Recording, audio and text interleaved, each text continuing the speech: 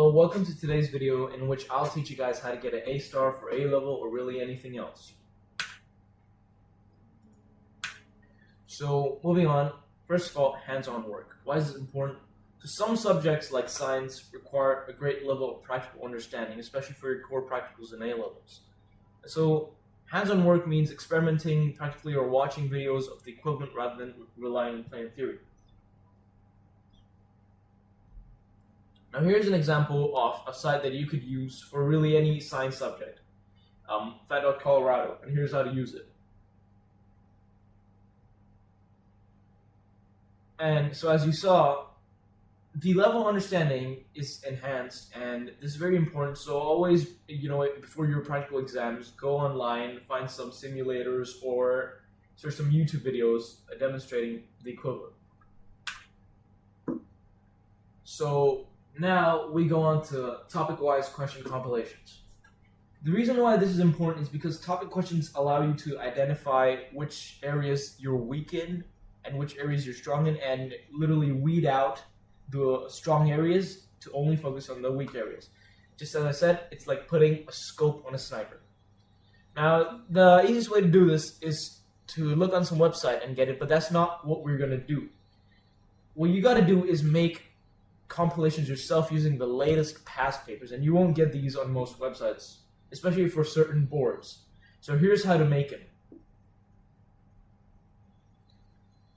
Now that you've seen how to make these compilations, just know that some websites might not provide these for certain boards, so you might have to do it for everything, for every topic in your syllabus, within your spec or syllabus, so be prepared for that. And moving on, schedule. Yeah, we gotta make this quick. So there's only one requirement for this. This has to be realistic. I mean, it's common sense. Now, how to do this? Now, you can create a calendar-based planner for long dates, and obviously this is because planning ahead is important. And you can use this website that I'll show you in 1 second. And then you can also create a weekend-based planner or a week-based planner. This can be digital or paper-based, but I prefer using Google Calendars. You can organize your stuff really easily, and I'll show you examples of these now. So this is Google Calendar, obviously, as you guys probably know. So you can use this to structure a viable schedule.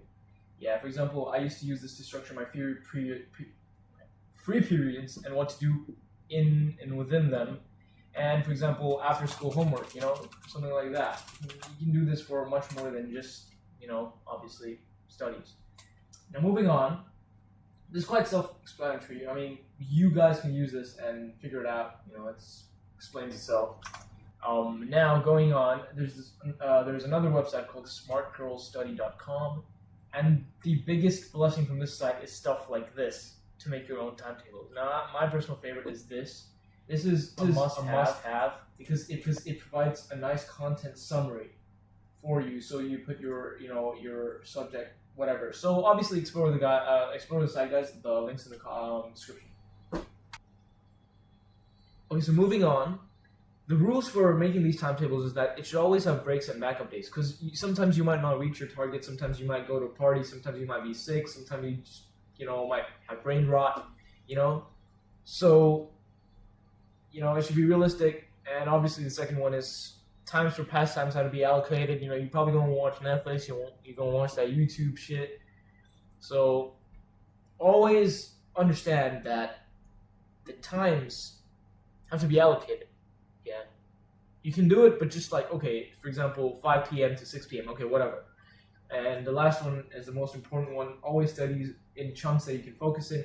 Example, 30-minute work, 5-minute break, 50-minute work, 10-minute break, 120-minute work, 30-minute break.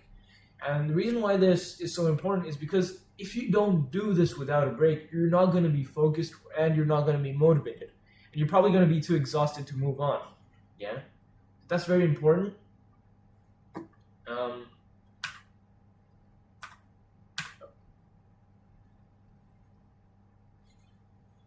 Moving on,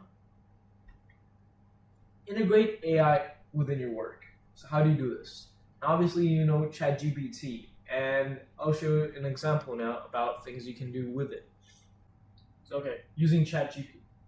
In a simple way, Some people might have problem with understanding mark schemes and their answers. Obviously, marking the answer is so easy. You can just put it in and ask it if it's, But, understanding what something means. For example, explain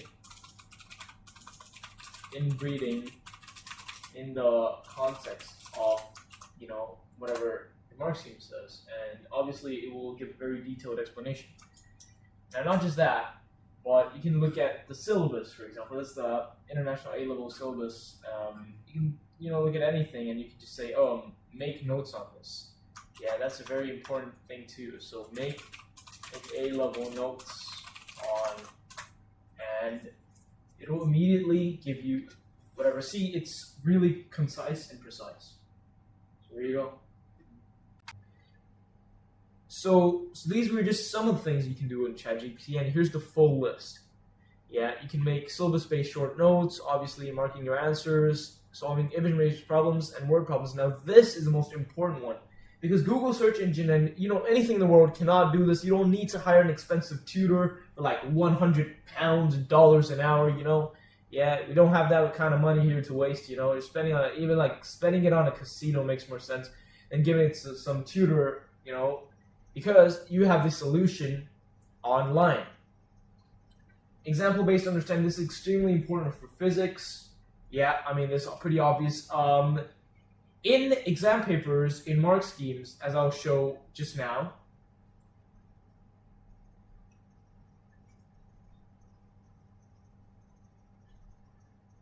as you just saw right now,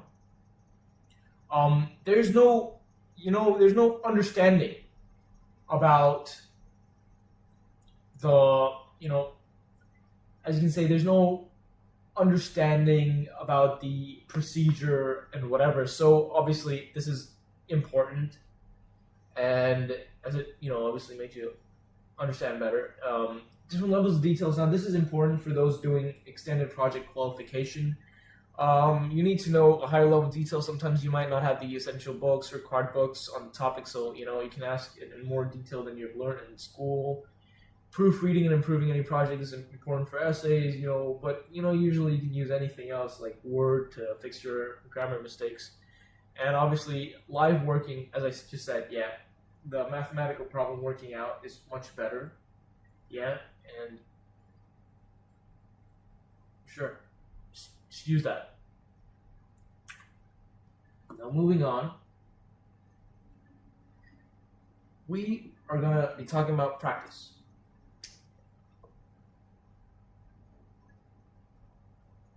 And, okay, let's go. Now, as you can see on the left here is a projectile motion question. Now, for those of you who have just started A-Level or are still in the GCSEs and stuff like that, probably don't even know what this means, right? And you will never know what this means and how to do these questions without practice. Practice, practice, practice.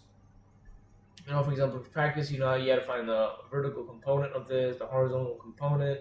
It's going to be like 40 sine theta, 40 cos theta, whatever. So, just like that, starting off, whatever. This question might seem very complicated. Trust me, it's not. I've done all of this.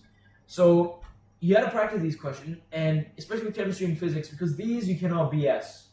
These you cannot BS at all, okay?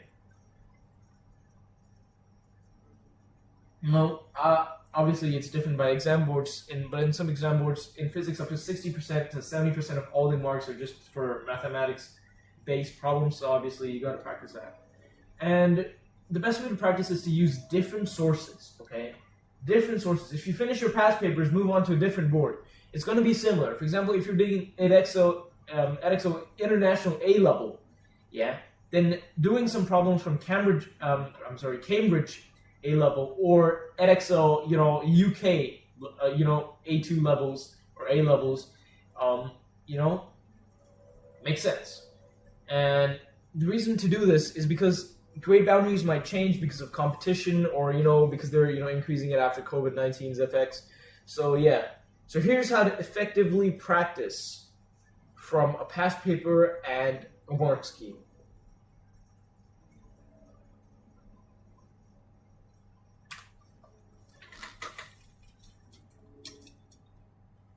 And moving on, aggressively time your tests. Now, how does it make sense? Now, whatever, let's say you have a 1 hour exam, you should be completing it in 45 minutes. And the reason why this is because in real exams, I've seen many times, especially in my exam series, that, from 2015 to 2023, right? And by the way, I took my exams in 2024. It was easy. And 2024, all of a sudden, there's such weird questions. Yeah.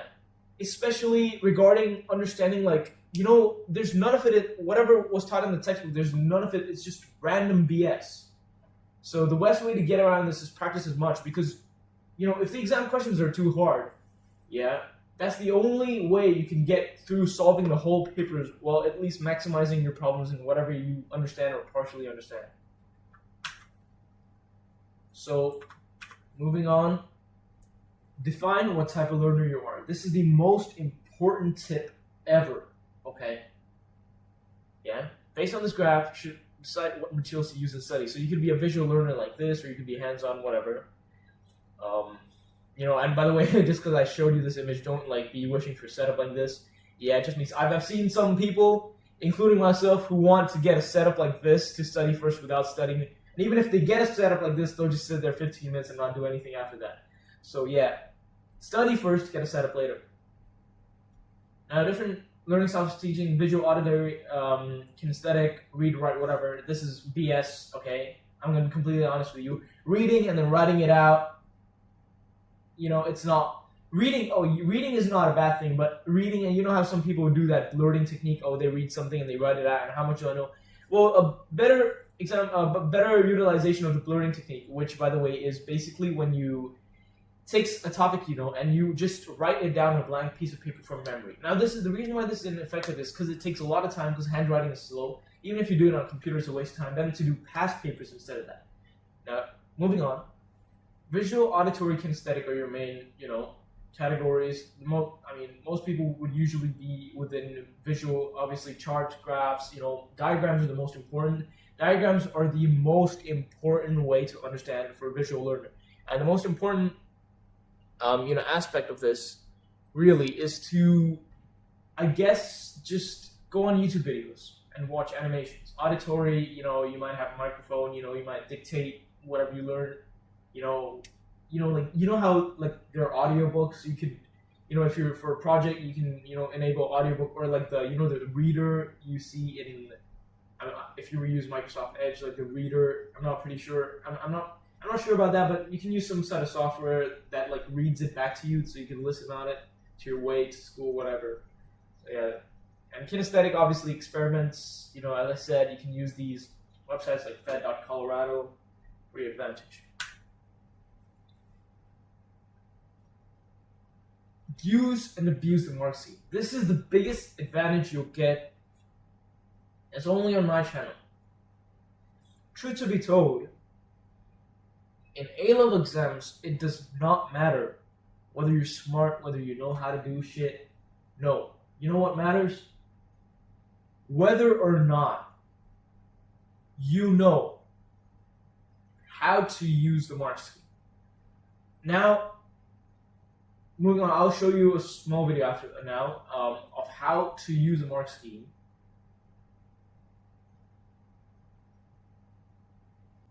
Okay, so how to use the mark scheme, right? As I said, use and abuse. So for example, here it says name 3 molecules of the mtDNA in water. Now, obviously, you just go to the mark scheme and, yep, there's your answer.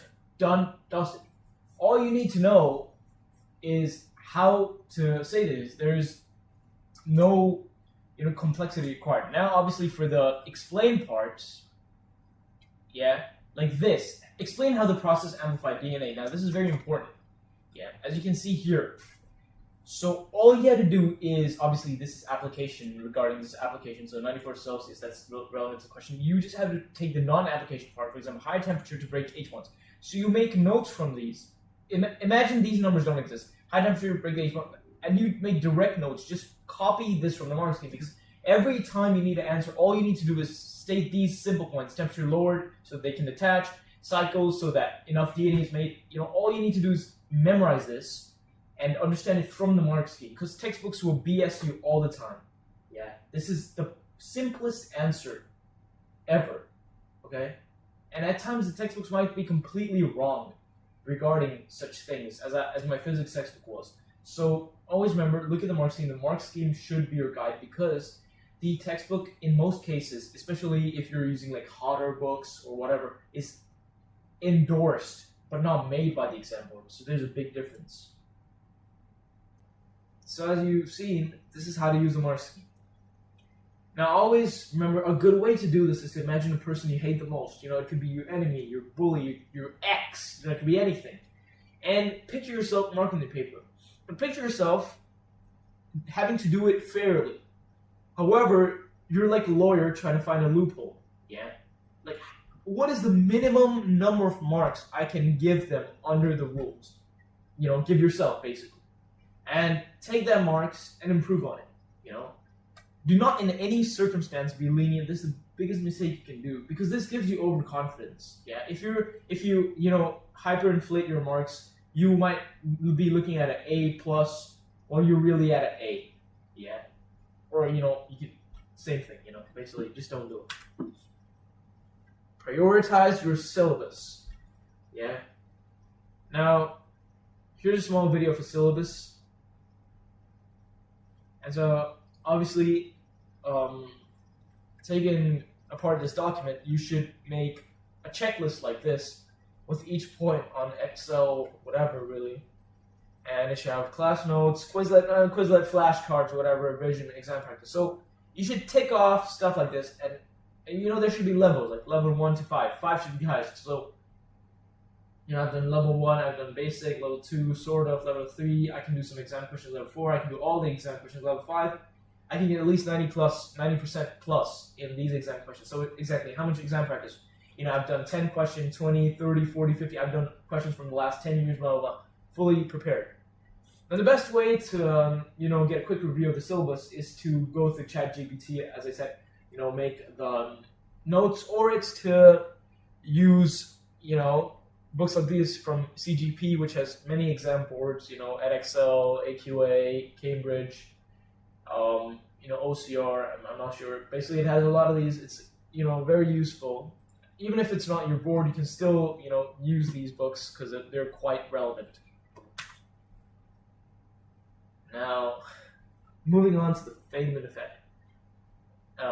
So how to use Feynman technique is basically, this is a technique or theory that says you do not know a topic enough if you cannot explain it like you would to a 10-year-old. So how do you explain this? Basically, you got to research the topic to learn, and you got to explain it to someone like they're 5.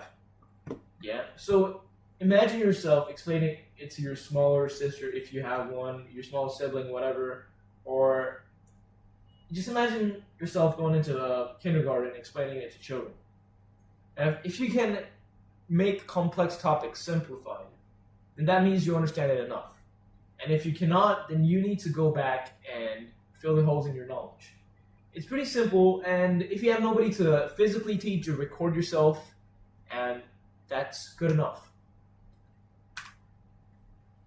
Now, the most important tip for the last, spaced repetition. See, some of you will have exams of A-levels that will be, quite, they'll be really stretched out. So the best way to do this is to remember the forgetting curve in mind. So here's the forgetting curve on the right.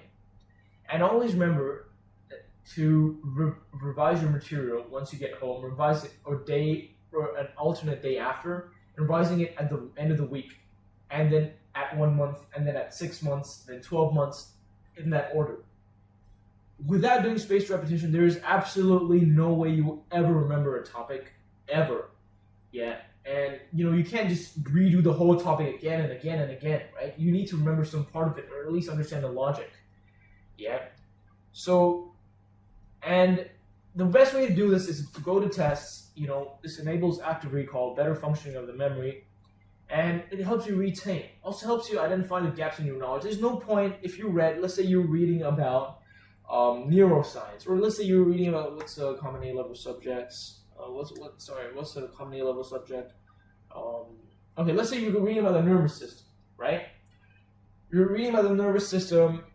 You're reading about the reflex arc. If you read about that one time and you keep it away, and 2 years later, when your exam comes, you're gonna study that. No, it's not gonna work. Just keep reviewing that. And by the way, now once you've done it enough, you can just say, oh, it's from the it's sensory neuron to relay neuron, motor neuron, effector response, whatever. It's like that. So yeah, Google Calendar is extremely important here. It helps you, space out your spaced repetition. And obviously, I don't need to remind you guys, for topics you already know, you don't need to do this. Like everybody knows diffusion is the spreading of particles from high concentration to low concentration down to, concentration gradient. And we only know this definition because we've, revised it again and again. So yeah, that's really all for today's video. And thanks for watching. All the links for the websites and anything else is in the description. Don't forget to go through those links. If you want, you can subscribe to this channel and, like this video. Thanks for watching. Have a good day, and I hope you get an A star.